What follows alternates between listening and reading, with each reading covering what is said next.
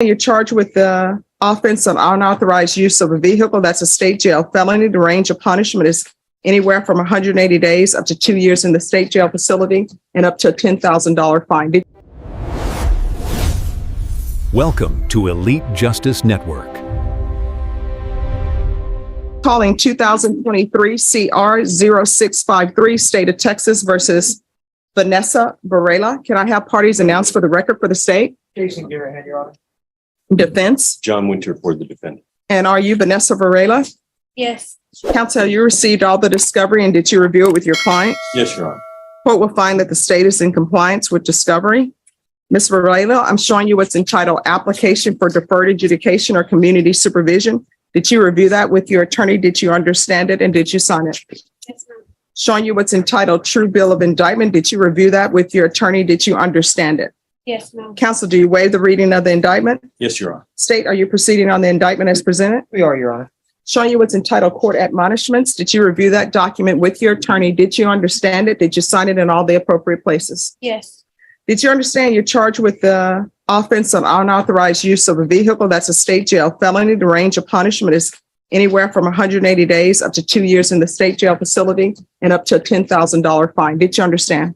Yes. If you have a plea bargain agreement with the state, the court does not have to follow your plea. If for any reason the court doesn't follow your plea and gives you more than you bargained for, the fact that you entered a plea will not be used against you and you will be allowed to withdraw your plea. Did you understand? Yes, ma'am. Did you understand you have a right to jury trial, a right for you or your attorney to cross-examine and confront any witnesses the state would call in the right to remain silent? Yes, ma'am. Did you understand by entering this plea, you're giving up those rights?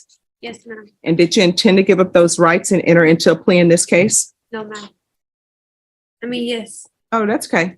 Sometimes that last question is confusing to everyone, so I'll ask it again. All right, you understand all the rights I've just explained to you? Oh, yes. All right, did you understand by entering a plea bargain agreement, you were giving up those rights? No. I didn't know. All right.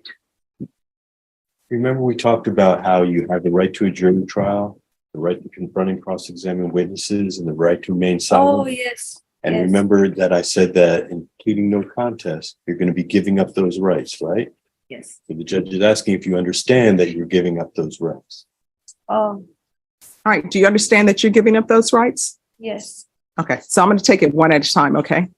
You understand you have the right not to testify. Do you understand that? Yes. You understand because you're in a plea bargain agreement, you can testify. You can be forced to testify. Do you understand that? You have to Yes. answer. Yes, ma'am. All right. You understand that in cases such as this, the state would have to call witnesses to prove their case? Yes, ma'am. All right. So because you're in a plea, the state's not going to call any witnesses. Do you understand? Yes. Now, if the state were to call witnesses, your attorney would get a chance to ask questions of them. You understand that? Yes. So because you're in a plea, what that means is the state is not going to call any witnesses and your attorney is not going to get a chance to ask them questions. Do you understand that? Yes, ma'am. All right. So the other thing you have a right to is you have a right to have a jury trial. So because this is a felony case, there would be 12 jurors on your case and the state would have to present their evidence and a jury would decide whether or not you were guilty or not guilty. Do you understand? Yes, ma'am. All right. So because you're entering a plea bargain agreement, you understand you're not going to have a jury trial. Do you understand that? Ma'am. And you understand that your attorney is not going to question anybody. You understand that? Yes, ma'am. And you understand that you may have to testify. Do you understand that?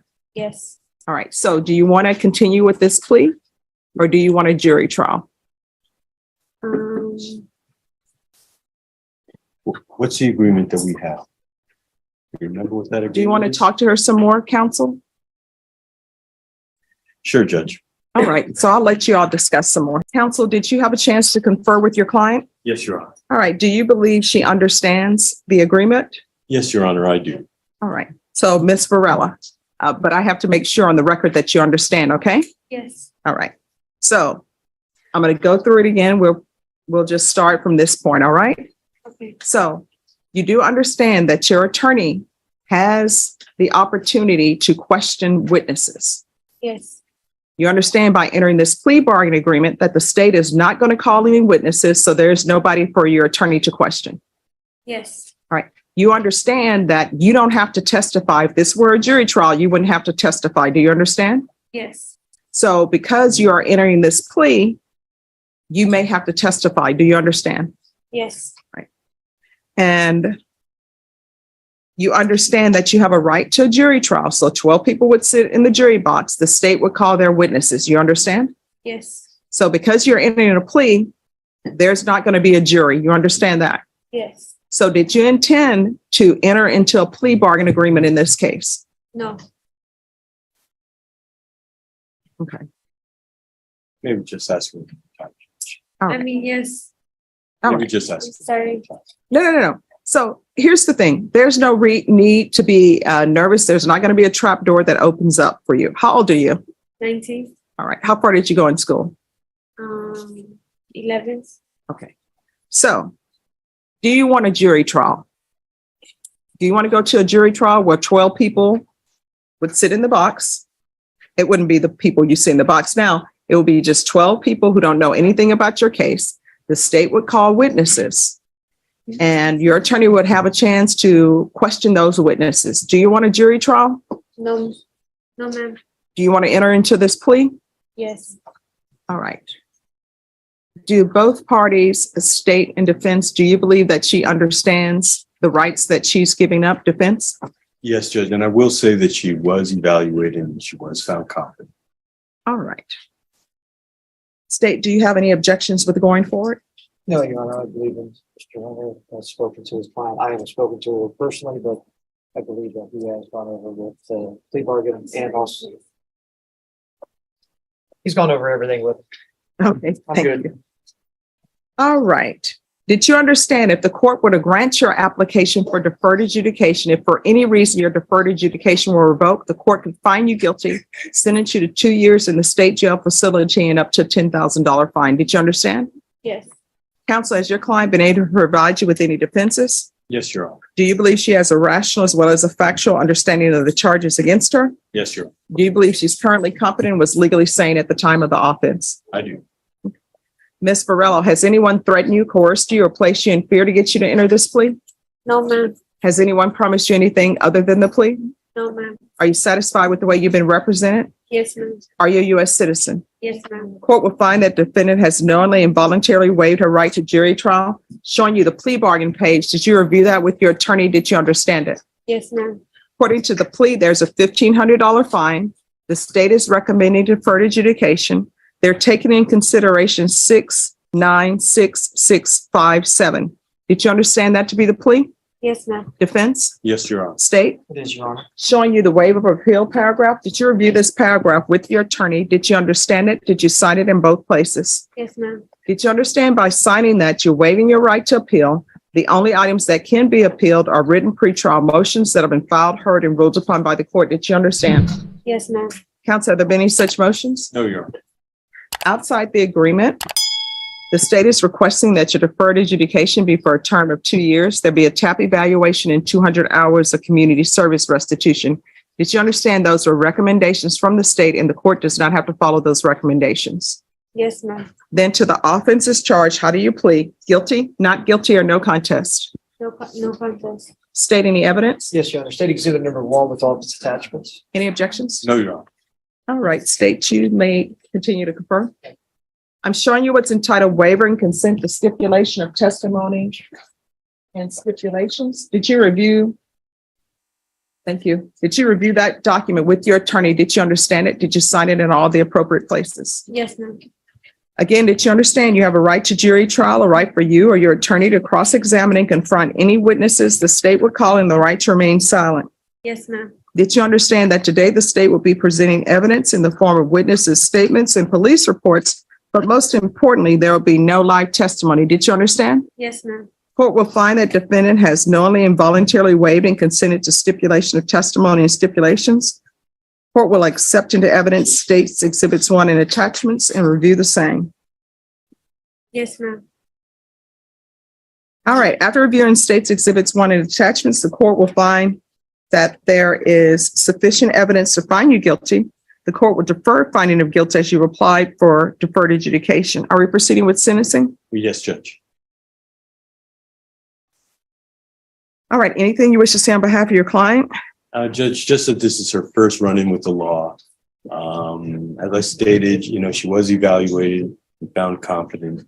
There may be some mental health issues in here. I'm not really sure, but she is here with family. Her family has shown up every time that she's had court. Her plan is to take care of business on probation, put this behind her. She's got children who are being taken care of by their grandmother right now. So her plan is to stay with them and like I said, knock this out and put it behind her. All right. So what drugs have you used in the past? Marijuana. Okay. And that's it. I don't think marijuana makes you steal a fire truck. So is there anything else? Ice. Okay. So how often were you using ice? 2 weeks. Okay. Is there anything, and the reason why I'm asking you these questions is because I'm going to follow your agreement, but I'm trying to figure out what conditions to give you so you'll be successful, okay? So there's ice, marijuana, anything else other than those two? No, that's it. Oh, Xanax. Xanax? All right. Anything else? No, that's it. All right. So the children that your grandmother, is your grandmother the person who's taking care of the children? Your grandmother? How old are they? There's 2 and 4. And are you currently expecting or no? No. Okay, 2 and 4. All right. And was Child Protective Services involved, or did your grandmother just step up to take care of the 2 children? Yes, my grandma stepped up. Okay. All right. And are you going to be living with your grandmother? Yes, ma'am. And does your grandmother want you there? Yes. Who's the grandmother? She's at home. No, she's right there.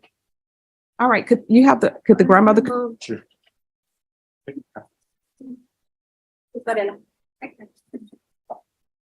And she is a Spanish speaking judge. Do you speak Spanish? A little bit. Have an interpreter coming. All right. Well, I just want to know if she's okay with her living with her. ¿Tiene problemas con Vanessa a vivir contigo? Thank you. Es el plan, ¿verdad? Para Vanessa a vivir contigo, ¿verdad? Sí. So, yes. Yes. All right. Thank you, George. And thank you. Okay. All right. Gracias. Thank you. Gracias. De nada. That's all I know. Well done. All right. Thank you. All right. Come back up. Oh, and that was her mother, not her grandmother. So it's the grandmother to the children. Children's grandmother. Okay. All right. This is what I'm going to do. There's going to be a $1,500 fine that will be probated. 2 years. Well, I'm going to do 3 years deferred adjudication. Counsel, if she completes everything, you can always come back and ask for her to be terminated early. Yes, Your Honor. There's going to be 200 hours of community service restitution. I'm going to order parenting classes. Once she completes those, then the community service hours will be deemed satisfied. So what do you want to do with the rest of your life? What are your hopes, your dreams? What's your dream job? Working at fast food Okay. as manager. Oh, awesome. Well, that can be done. So what are you going to be doing to make sure that happens? Do my probation Okay. and attend my parenting classes. All right. So I'm going to ask that you get employment too. Okay. Yes. So if you want to be the manager of a fast food place, and who knows, eventually own a fast food place, that means that you've got to apply to those places, because when you apply, maybe they will, but sometimes they don't. You don't come in as manager. You got to start at the bottom level, then work your way up. Okay. Yes, ma'am. And there's no harm in that. I used to work at service merchandise. It doesn't exist anymore. Judge Stephanie Boyd's courtroom turned tense as 19-year-old Vanessa Varela stood before the bench facing a serious felony charge, unauthorized use of a vehicle. Prosecutors explained that the offense carried a possible punishment of up to 2 years in a state jail facility, along with thousands of dollars in fines. From the very beginning of the hearing, Judge Boyd carefully made sure Varela understood exactly how serious her situation had become. But almost immediately, the hearing became unusual. As Judge Boyd explained the constitutional rights connected to a jury trial, Varela appeared confused about whether she truly wanted to enter a plea agreement. Multiple times, she hesitated while answering basic questions from the court, causing the judge to stop the hearing and slowly walk through every legal right one by one. Judge Boyd patiently explained that by accepting the plea bargain, Varela would give up her right to a jury trial, her right to remain silent, and her attorney's ability to question witnesses in court. Concerned about whether the young defendant fully understood the consequences, the judge repeatedly paused to confirm that Varela was knowingly choosing probation instead of taking the case to trial. Eventually, after speaking privately with her attorney, Varela confirmed she wanted to continue with the plea agreement. The court then moved into sentencing, where Judge Boyd began asking deeper questions about Varela's personal life, drug history, and family situation. The answers quickly revealed a much larger struggle behind the criminal case. Varela admitted to using marijuana, methamphetamine, and Xanax. She also explained that her 2 young children were currently being cared for by family members while she attempted to deal with her legal troubles.